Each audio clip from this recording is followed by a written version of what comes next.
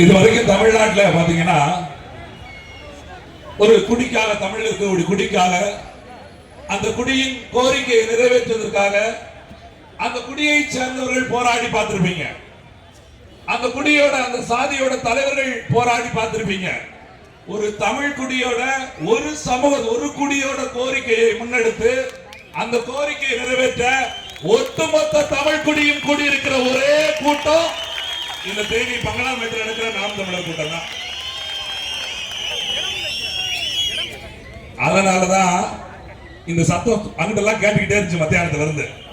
என்னடா இவங்க மொத்தமா கூடுறாங்க, மொத்தமா கூடுறாங்க, மொத்தமா ஒத்தையாவே இருந்துகிட்டு இருக்க, மொத்தமா வந்தா எப்படி இருக்கு யோசிச்சு பாருங்களேன். தனித்தனியா போராடிட்டு இருந்தா என்ன வரும்? ஒண்ணும் வராது. மொத்தமா போராடினா எல்லாமே வந்துடும். அதனாலதான் மொத்தமா நம்மளை போராட விடாம தடுத்துக்கிட்டே இருக்காங்க. இந்த பட்டியல் வெளியேற்றம் நிறைய பேருக்கு குழப்பம் இருக்கலாம். என்னடா ரொம்ப நாளா சொல்லிட்டு இருக்காங்களே இது பட்டியல் வெளியேற்றம் அப்படின்னு.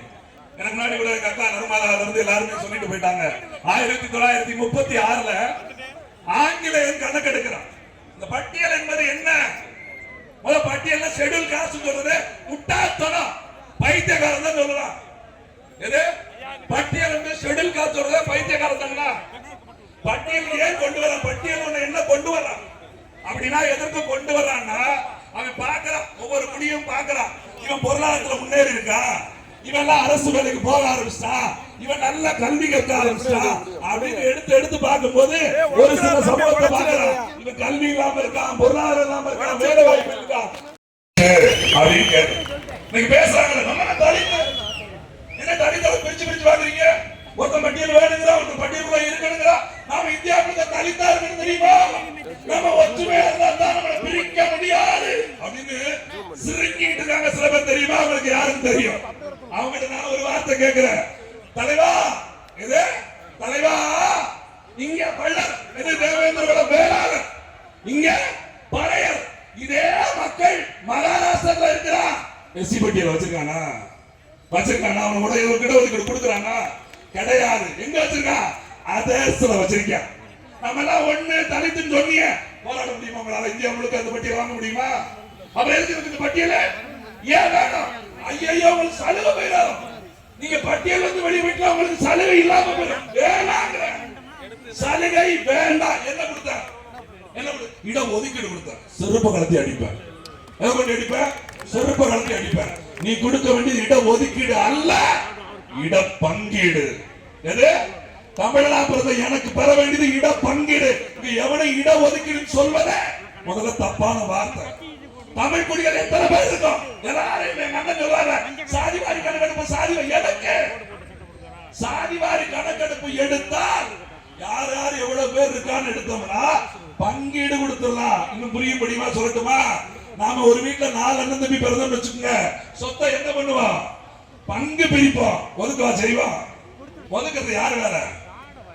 முடிச்சவைக்கு வேலை, முன்ன மாதிரி வேலை. யாரு வேலை? இங்க பங்கீடு கொடுக்கணும். சகோதரர்களுக்கு பங்கீடு கொடுக்கணும். ஒதுக்குறது மத்தவனுக்கு தான். இப்ப உங்களுக்கு புரியும் நினைக்கிறேன். ஆட்சியில் இருக்கவன் எவன்? அவன் நம்மளை ஒதுக்குறான். அதனாலதான் ஒதுக்கீடு கொடுக்கிறான். இப்ப நாங்க அப்படி கேட்கிற ஒதுக்கீடு எங்களுக்கு வேண்டாம், பங்கீடு தான் வேணும்.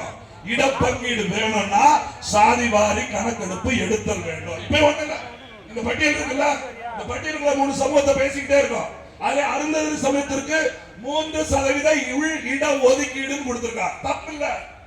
தப்பில்ல. முன்னுரிமை பறையரை விட, தேவேந்திர குல வேளாளர்களை விட அருந்ததி சமூகம் பின்தங்கி இருக்கிறது. அவர்களை முன்னேற்றுவதற்கு முன்னுரிமை. தப்பில்ல. 18ல 3 முடிஞ்சிருச்சு. ஆனா 15லயும் சுழற்சி முறையில முன்னுரிமை சொல்றாரு. அங்கதான் சிக்கலை எழுது. அவனுக்கு 3 முடிஞ்சுன்னா 15 முடிச்சு 15 பிரிச்சிருக்கான். அதுலயும் எப்படி முதல் அட்டையும் நீ திம்ப, 2வது அட்டையும் நக்கி பார்த்து 2 கொடுப்பியா?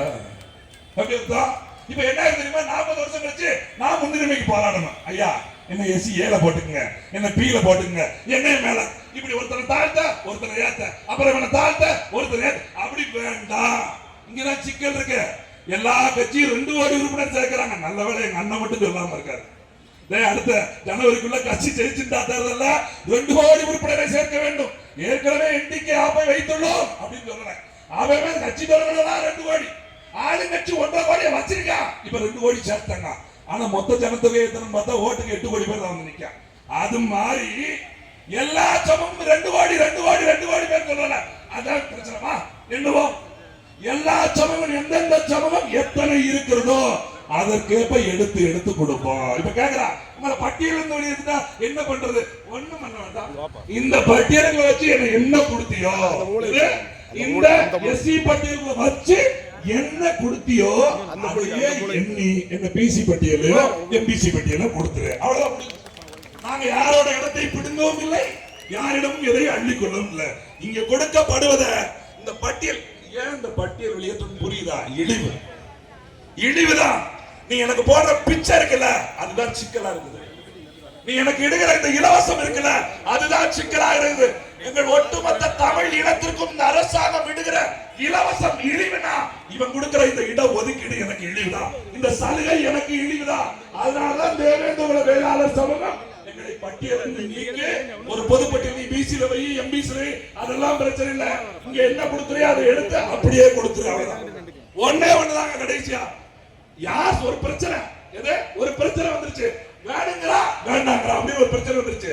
யார்கிட்ட கேட்கணும்? யார் வேணுங்கிறானோ வேண்டான்னு சொல்றான்ல அவன்கிட்ட ஒரு பொது வாக்கெடுப்பு எடுத்தா அவன் பட்டியலில் இருக்கிறானா இல்லையா என்று தெரிந்துவிடும். இது அவன் கேட்டா இவங்க இப்ப சொல்ற வச்சுங்க. தேனி பங்களாமேட்ல நாம் தமிழர் நடத்துற இந்த கூட்டம் தான் தேவேந்திர குல வேளாளர்களை பட்டியலிருந்து வெளியேற்றுகிற அச்சாரம். இந்த கூட்டத்துக்கு பாருங்க இன்னைக்கு இதுதான் இவ்வளவு நாளும் தனித்தனியாக போராடி இருந்தோம். இன்னைக்கு ஒண்ணுமே கிடையாது. நினைச்சு பாத்துக்கங்க. ஒரு சமூகத்திற்கு அத்துணை சமூகம் வந்து நிற்பது சுவரட்டி அத்தனை சமூகத்துக்கான சுவரட்டியை கொண்டு போய் ஓட்டுறா மக்கள் வாழ்த்துறான். ஒட்டுமா என்ன பண்ணா இது நம்மாலே கிடையாது நமக்காக போராடுறான் பாவே ஒட்ட வர்ற பையன் நினைக்கிறான். என் பிள்ளைய எந்த சிக்கலும் இல்லாம அந்த சுவரட்டியை ஒட்டுறான் பாருங்க. மான தமிழனா ஒவ்வொருத்தரையும் இந்த மண்ணில் நிக்க வச்சது எங்க அண்ணன் சீமான். வயிறு எரியத்தான் செய்யும், வயிறு எரியத்தான் செய்யும், கோஷம் எழத்தான் செய்யும், கூட்டம் ஆர்ப்பரிக்கத்தான் செய்யும். ஆனால் தொட்டதை வெற்றி பெறாமல் நாம் தமிழர் விடாது. ஒண்ணு நம்மளோட தத்துவத்தை திருப்பி கடைசி சொல்லி முடிக்கிற நாம் தமிழர் என்ன செய்யும்? ஒரு கோரிக்கையை சொல்லும், ஜெயிச்சா செய்யும், தோத்தா செய்ய வைக்கும். இந்த ஆர்ப்பாட்டம் இந்த கூட்டம் தான் இந்த பட்டியல் வெளியேற்றத்துக்கு முக்கிய அம்சமா மாறும். கட்டாயம் 2026 தேர்தலில் இது எவ்வளவு பெரிய மாற்றத்தை உருவாக்குறது என்பதை நீங்கள் பொறுத்திருந்து தான் பார்க்க வேண்டும். நன்றி, வணக்கம். நாம் தமிழ்.